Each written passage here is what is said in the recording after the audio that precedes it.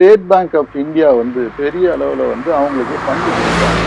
அந்த ஃபண்டை வச்சு தான் ஆஸ்திரேலியாவில் இருக்கிற குயின்ஸ்லாண்டில் இருக்கிற நிலக்கரி சுரங்கத்தை வந்து எடுக்கிறாரு. இதே போல தான் ஸ்டே இதே போல தான் மக்களுடைய பணத்தை வாங்கி அவருடைய ப்ராஜெக்டுக்காக யூஸ் பண்ணி அந்த பணம் திரும்பி வந்து ஸ்டேட் பேங்க்குக்கு வருமா இல்லையான்னு தெரியாது. ஏன்னா அவருக்கு இருக்கிற பவர் கனெக்ஷன் இந்த மாதிரி. இந்தியாவில் தான் இவருக்கு வந்து பெரிய அளவில் எந்த ஒரு எதிர்ப்பும் கிடையாது. ஆனால் உலக அளவில் இவர் எந்த நாட்டுக்கு போனாலும் அந்த நாட்டில் பெரிய எதிர்ப்பு இருக்கு. கென்யாவில் பெரிய எதிர்ப்பு இருக்கு. இவங்களுக்கு தேவை இருந்தால் அந்த நாட்டில் என்னன்னாலும் செஞ்சு ஒரு ப்ராஜெக்டை வந்து மல்டிபிள் ப்ராஜெக்டை வாங்குறதுக்கு இவங்க தயங்குறது இல்லைன்னு சொல்லிட்டு சொல்லுவாங்க.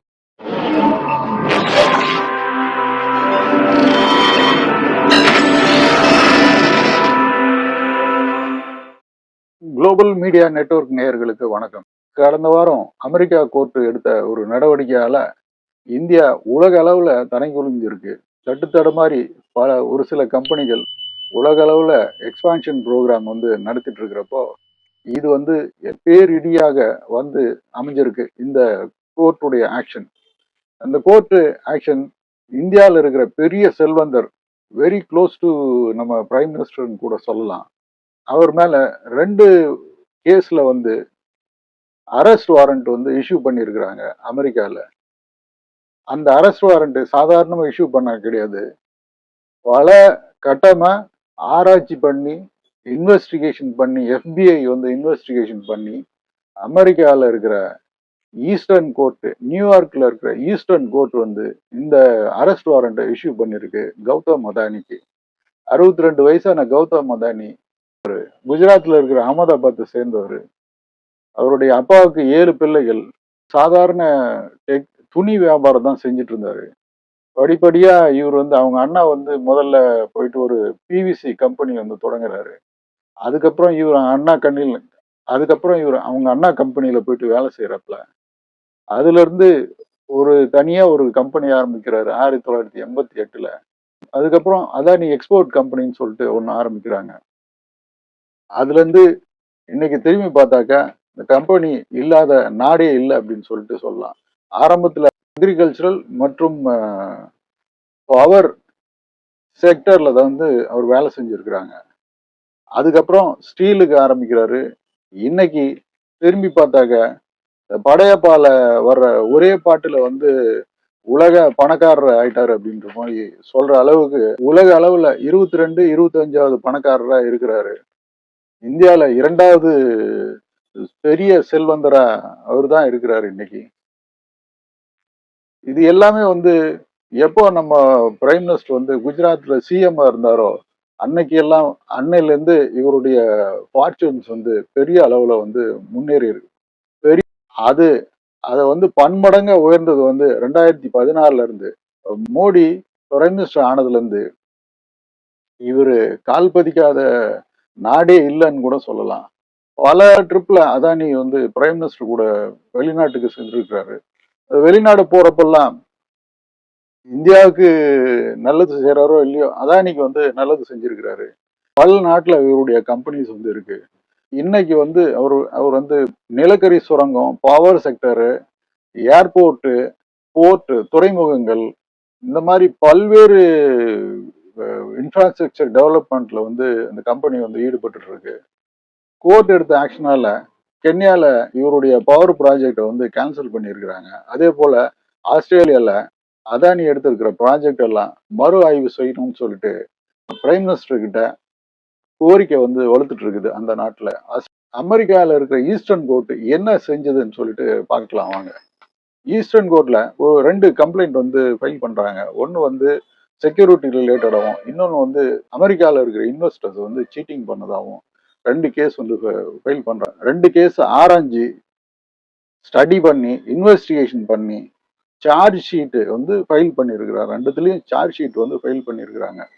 அவங்க வந்து என்ன சொல்லுவாங்கன்னா இண்டிக்டட் அப்படின்னு சொல்லிட்டு சொல்றாங்க. இந்த சார்ஜ் ஷீட்ல 8 பேர் மேல வந்து சார்ஜ் ஷீட் போட்டிருக்கிறாங்க. சார்ஜ் ஷீட் போட்டு அரெஸ்ட் வாரண்ட் வந்து இஷ்யூ பண்ணியிருக்கிறாங்க. இவரை கொண்டு வந்து அங்க ப்ரொடியூஸ் பண்ணி இவர் வந்து அங்க போய் அப்பியர் ஆகணும். அப்பியர் ஆன பின்னாடி அதுக்கப்புறம் அங்க அங்க இருக்கிற கோர்ட் வந்து இவங்க இந்த கேஸை வந்து இன்வெஸ்டிகேஷன் பண்ணி அதுக்கப்புறம் ஜட்ஜ்மெண்ட் வந்து கொடுக்கும்.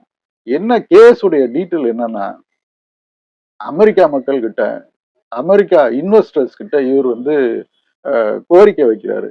இந்த மாதிரி நாங்க வந்து அதானி கிரீன் எனர்ஜி லிமிடெட்னு சொல்லிட்டு ஒரு கம்பெனி வந்து கட்ச்ல வந்து இருக்கு, குஜராத்ல இருக்கிற கட்ச்ல வந்து இருக்கு. இந்த கம்பெனி வந்து மெகா சோலார் ப்ராஜெக்ட் வந்து, அதாவது சூரிய ஒளி மின்சாரம் வந்து தயாரிக்க போறோங்க. இதுல வந்து 12 கிகாவாட் எனர்ஜி அளவுக்கு நாங்க தயாரிக்க போறோங்க. இந்த தயாரிக்கிறதுல அரசாங்கத்துக்கு வந்து சப்ளை பண்ணுவோம். அதாவது solar energy corporation of India மூலமா நாங்க ஸ்டேட்டுங்களுக்கெல்லாம், இங்க இருக்கிற ஸ்டேட்டுங்களுக்கெல்லாம் வந்து நாங்க சப்ளை பண்ண போறோங்க. சப்ளை பண்றதுனால 20 வருஷத்துல 2 பில்லியன் டாலர் அளவுக்கு லாபம் வரும் அப்படின்னு சொல்லிட்டு சொல்லி அங்க இருக்கிற இன்வெஸ்ட்மெண்ட் வந்து கலெக்ட் பண்றாரு. அதுல வந்து பல நிபந்தனைகள் இருக்கு. அந்த ஒரு ஒரு சில நிபந்தனை என்னன்னா, இந்த ப்ராஜெக்ட்ல நாங்க எந்த வித இல்லீகல் டிரான்சாக்ஷனோ பிரைபோ வந்து நாங்க கொடுக்க மாட்டோங்க, யாருக்கும் கொடுக்க மாட்டாங்கன்னு சொல்லிட்டு ஒரு நிபந்தனை இருக்கு. அந்த நிபந்தனைக்கு எதிரா 2200 கோடி வந்து இந்த பவர் பர்ச்சேஸ் பண்றதுக்காக ஸ்டேட்டுங்களுக்கு வந்து கொடுத்ததா அங்க அலிகேஷன் இருக்கு. அந்த அலிகேஷன் எப்படின்னா, சோலார் எனர்ஜி கார்பரேஷன் ஆஃப் இந்தியான்றது தான் வந்து நம்ம நாட்டில் இருக்கிற சோலார் பவர் ப்ராஜெக்ட் எல்லாம் அவங்க தான் அப்ரூவல் பண்ணுவாங்க. அவங்க வந்து அப்ரூவல் பண்ணி அவங்களே சப்ளை பண்ணுவாங்க ஸ்டேட்டுக்கோ சென்டருக்கோ. அந்த சப்ளைல ஸ்டேட் கவர்மெண்ட் வந்து கையெழுத்து போட்டு அவங்க கிட்ட பவர் பர்ச்சேஸ் அக்ரிமெண்ட் வந்து வாங்கணும். இந்த பவர் பர்ச்சேஸ் அக்ரிமெண்ட்டை அமெரிக்காவில் இருக்கிற இன்வெஸ்டர்ஸ்க்கு வந்து இவங்க ஃபைல் பண்ணணும். வித்தின் 3 monthsல ஏதோ ஃபைல் பண்ணணும். ஆனா இவங்க கோட் பண்ண ரேட் வந்து ரொம்ப அதிகமா இருக்கிறதுனால ஸ்டேட் கவர்மெண்ட் எல்லாம் வந்து தயங்குறாங்க. இவர் கோட் பண்ண டாரிஃப் வந்து ரொம்ப அதிகம் இருக்கிறதுனால எனர்ஜி கார்பரேஷன் ஆஃப் இந்தியா கிட்ட வந்து வாங்குறதுக்கு வந்து தயங்குறாங்க. உடனே அதானியுடைய நெஃப்யூ நெஃப்யூ நெஃப்யூ கிளம்பி வராரு.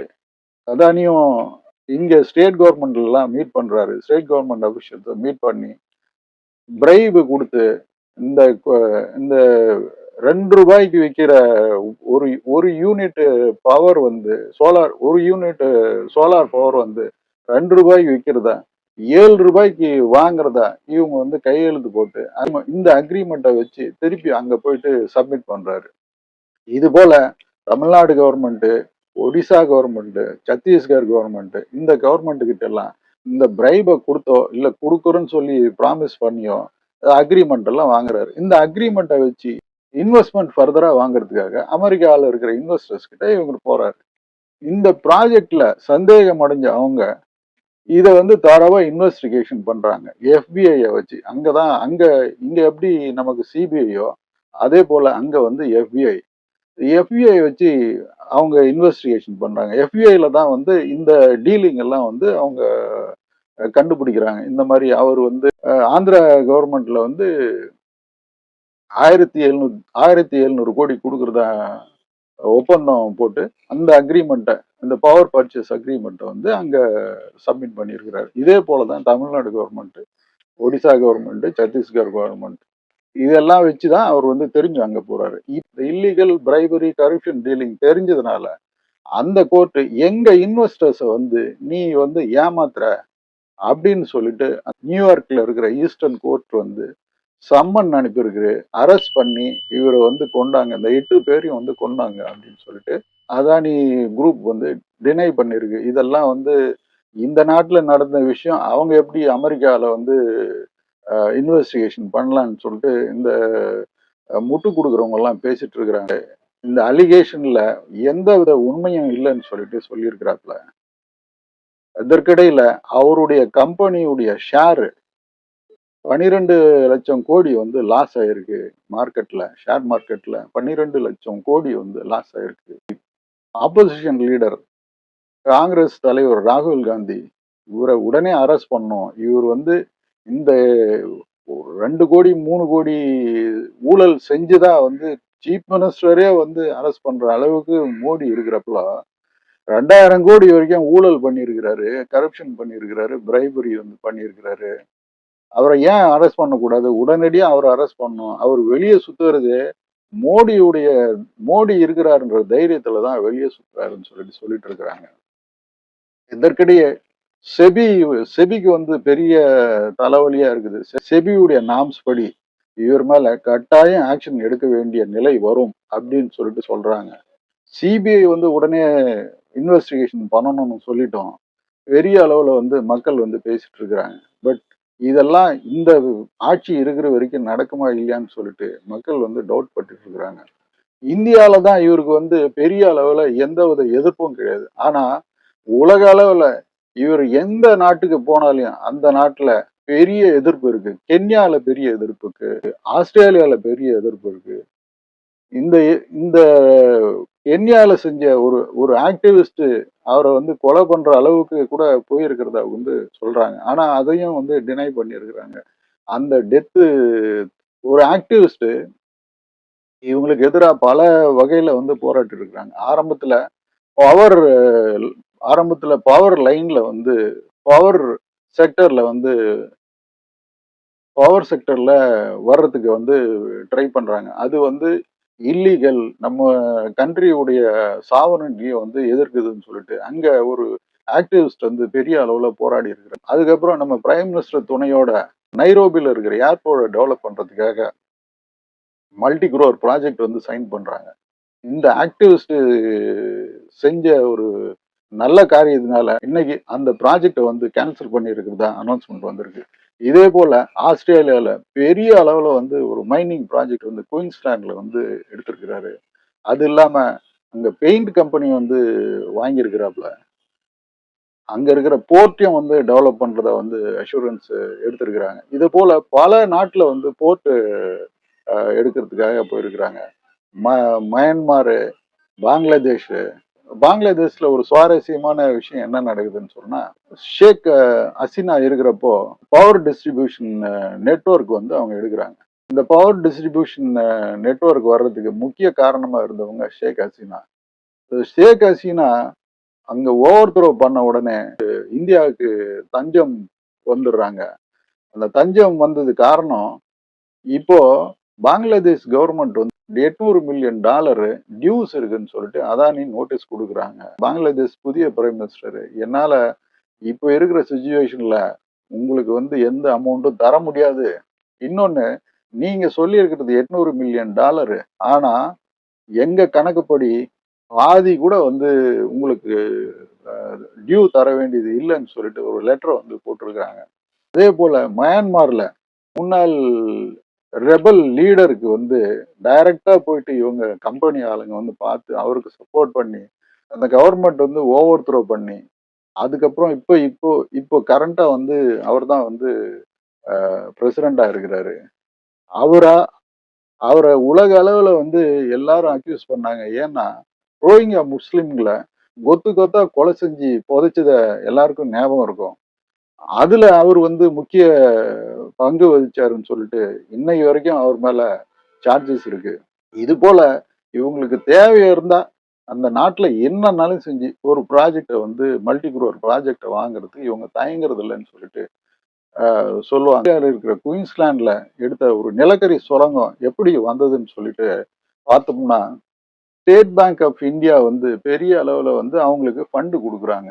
அந்த ஃபண்டை வச்சுதான் ஆஸ்திரேலியால இருக்கிற குயின்ஸ்லாண்ட்ல இருக்கிற நிலக்கரி சுரங்கத்தை வந்து எடுக்கிறாரு. இதே போலதான் ஸ்டே இதே போலதான் மக்களுடைய பணத்தை வாங்கி அவருடைய ப்ராஜெக்டுக்காக யூஸ் பண்ணி அந்த பணம் திரும்பி வந்து ஸ்டேட் பேங்க்குக்கு வருமா இல்லையான்னு தெரியாது. ஏன்னா அவருக்கு இருக்கிற பவர் கனெக்ஷன் அந்த மாதிரி. குயின்ஸ்லாண்ட்ல இவர் எடுத்திருக்கிற நிலக்கரி சுரங்கத்துக்கு எதிர்த்து அங்க இருக்கிற ட்ரைபல்ஸ் மக்கள் வந்து பெரிய அளவுல வந்து போராடிட்டு இருக்கிறாங்க. அமெரிக்கால நடந்த பிரச்சனையால ஆஸ்திரேலியா பிரைம் மினிஸ்டருக்கு பெரிய தலைவலியா இருக்குது. இது பல கண்ட்ரில இவங்களோட ப்ராஜெக்ட் வந்து ரன் ஆயிட்டு இருக்கு இன்னைக்கு. Tanzania, Nepal, Myanmar, Israel, Philippines, Indonesia, Greece, Sri Lanka. ஸ்ரீலங்கால போர்ட் ப்ராஜெக்டும் விண்ட்மின் ப்ராஜெக்டும் போயிட்டு இருக்கு. ஸ்ரீலங்கா புதிய பிரசிடென்ட் வந்து சொல்லியிருக்கிறாரு. இந்த அதானுடைய ப்ராஜெக்ட வந்து நாங்க ரிவ்யூ பண்ண போறோங்க அப்படின்னு சொல்லியிருக்கிறாரு. இது இது ஒரு பக்கம் இருக்க, இஸ்ரேல் நாட்டோட இவங்க போட்டிருக்கிற அக்ரிமெண்ட் வந்து மிலிட்டரி அக்ரிமெண்ட். அதாவது இவர் சப்ளை பண்றது இந்த ட்ரோன்கள் எல்லாம் எடுத்துட்டு போயிட்டு ஆயுதங்களை வந்து வெடிக்க வைக்கிற மாதிரி இருக்கும். சப்ளை பண்ண ஆயுதங்கள் தான் அந்த நாட்டில் நடக்கிற ஒரு வாருக்கு வந்து ரொம்ப உபயோகமா இருக்குதுன்னு சொல்லிட்டு மக்கள் பேசிட்டு இருக்கிறாங்க. இவர் கான்சென்ட்ரேட் பண்ணது துறைமுகமும் ஏர்போர்ட்டும் தான் வந்து இவர் கான்சென்ட்ரேட் பண்றாரு. ஏன்னா அது அது எதுக்குன்னு சொல்லிட்டு எல்லாருக்குமே தெரியும். தமிழ்நாட்டுல வரப்போற பரந்தூர் ஏர்போர்ட் இவர் கட்டுறதுக்கு வாய்ப்பு இருக்குன்னு சொல்லிட்டு இருக்கிறாங்க. சமீபத்துல நம்ம சீஃப் மினிஸ்டர் எம்.கே. ஸ்டாலின் கூட மீட் பண்ணதா ஒரு டிஎம்கே லீடர் ராமதாஸ் கூட சொல்லியிருக்கிறாரு. தமிழ்நாட்டுல அதிமுக இருக்கிறப்போ இவங்க இந்த பவர் பர்ச்சேஸ் அக்ரிமெண்ட் வந்து போட்டிருக்கிறாங்க. இது சம்பந்தமா இந்த கவர்மெண்ட் வந்து ஒரு கேஸ் வந்து ரெஜிஸ்டர் பண்ணியிருக்கு. அது இல்லாம இந்த வருட ஆரம்பத்துல குளோபல் இன்வெஸ்டர்ஸ் மீட்னு சொல்லிட்டு வச்சதுல 42,000 கோடி வந்து இன்வெஸ்ட்மெண்ட்டுக்காக அதானி கம்பெனி வந்து தமிழ்நாட்டுல முதலீடு பண்ண போகுதுன்னு சொல்லிட்டு சொல்லியிருக்கிறப்பல பிஸ்னஸ் எத்திக்ஸ் ஃபாலோ பண்ணலைன்னா எந்த அளவுக்கு வந்து ஒரு கம்பெனி கீழ்த்தரம் போகணும், எந்த அளவுக்கு ஒரு கம்பெனி பிரச்சனையை ஃபேஸ் பண்ணணும்னு சொல்லிட்டு அதானியுடைய எபிசோடு வந்து எல்லாருக்கும் ஒரு படிப்பினையா இருக்கணும்.